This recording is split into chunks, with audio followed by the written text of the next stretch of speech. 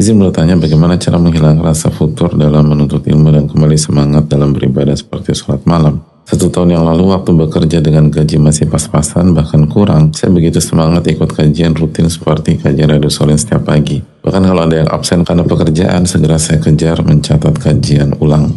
Namun ketika pindah ke tempat kerja dan alhamdulillah dikasih gaji yang cukup, rasa semangat menuntut ilmu menjadi lemah sehingga banyak yang tertinggal karena menunda-nunda. Sudah ada niat yang kuat memperbaiki lagi dan niat menghafal Quran dan terus berdoa namun masih belum bisa terlaksana.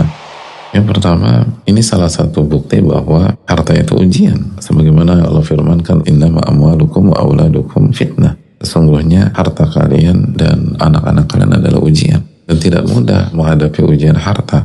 Bagaimana dalam kata para ulama, lebih mudah menghadapi ujian kemiskinan dibanding ujian harta. Ada orang yang Allah tahu kalau dia diberikan kekayaan dia nggak akan baik, nggak akan soleh, nggak akan istiqomah. Sebagaimana sebagian yang lain lebih mudah menghadapi ujian harta dibanding kemiskinan. Ada orang yang Allah tahu kalau dia jadi orang miskin, dia nggak akan istiqomah, dia bisa jual agamanya dan seterusnya, maka dia diberikan kecukupan. Wallahu ya'lamu antum la ta'lamun. Itu menunjukkan Allah Maha tahu dan kalian tidak mengetahui apapun. Makanya itu juga sebabnya mengapa sebagian para sahabat kaya, sebagian para sahabat tidak kaya. Sebagaimana sebagian ulama kaya, sebagian ulama tidak mau kaya. Padahal sebagaimana kata Imam Syafi'i, di level mereka dengan mudah bisa kaya jika mereka mau kaya. Orang sejenius itu, sejago itu, penguasaan terhadap ilmu seperti itu, dikagumi, disenangi, network banyak. Apa susahnya jadi orang kaya kalau di level itu? Sebagian ulama tidak mau, karena mereka tahu nggak mudah dan kondisi orang berbeda-beda.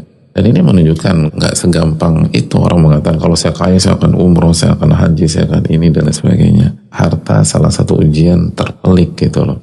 Ingatkah Nabi SAW mengatakan inna likulli ummatin fitnah wa inna fitnata ummatil mal. Sesungguhnya setiap umat diberikan ujian dan fitnah, dan ujian umatku adalah harta. Nggak semudah itu.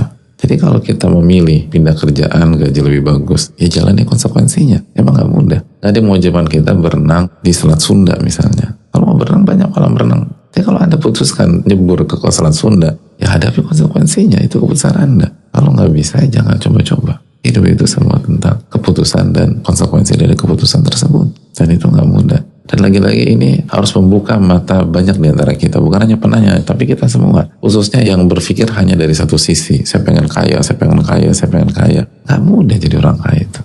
Bahkan kemungkinan dari pertanyaannya belum jadi orang kaya, tapi gajinya lebih bagus aja. Itu aja udah susah, apalagi menjadi orang kaya beneran. Itu petanya berubah lagi. Makanya banyak pihak begitu posisinya berubah dan pintu harta dibuka sama Allah, udah jarang kajian atau jarang ibadah. Dan rasanya aduh sibuk, sekarang belum ada waktu. Itu cara berpikir yang salah. Justru sebaliknya, kalau posisi Anda semakin bagus, Anda harus lebih punya waktu. Karena ujian beda, serangannya beda. Maka harus lebih solid lagi minum obat penawarnya, atau lebih disiplin lagi minum obatnya. Dan Al-Quran syifa, ilmu itu syifa, ilmu itu obat. Banyak di antara kita kan sebaliknya. Ya dulu sih enak nih, tapi sekarang gue belum punya waktu nih, urusan lagi sibuk. Justru urusan dunia sibuk, Anda harus banyak minum obat.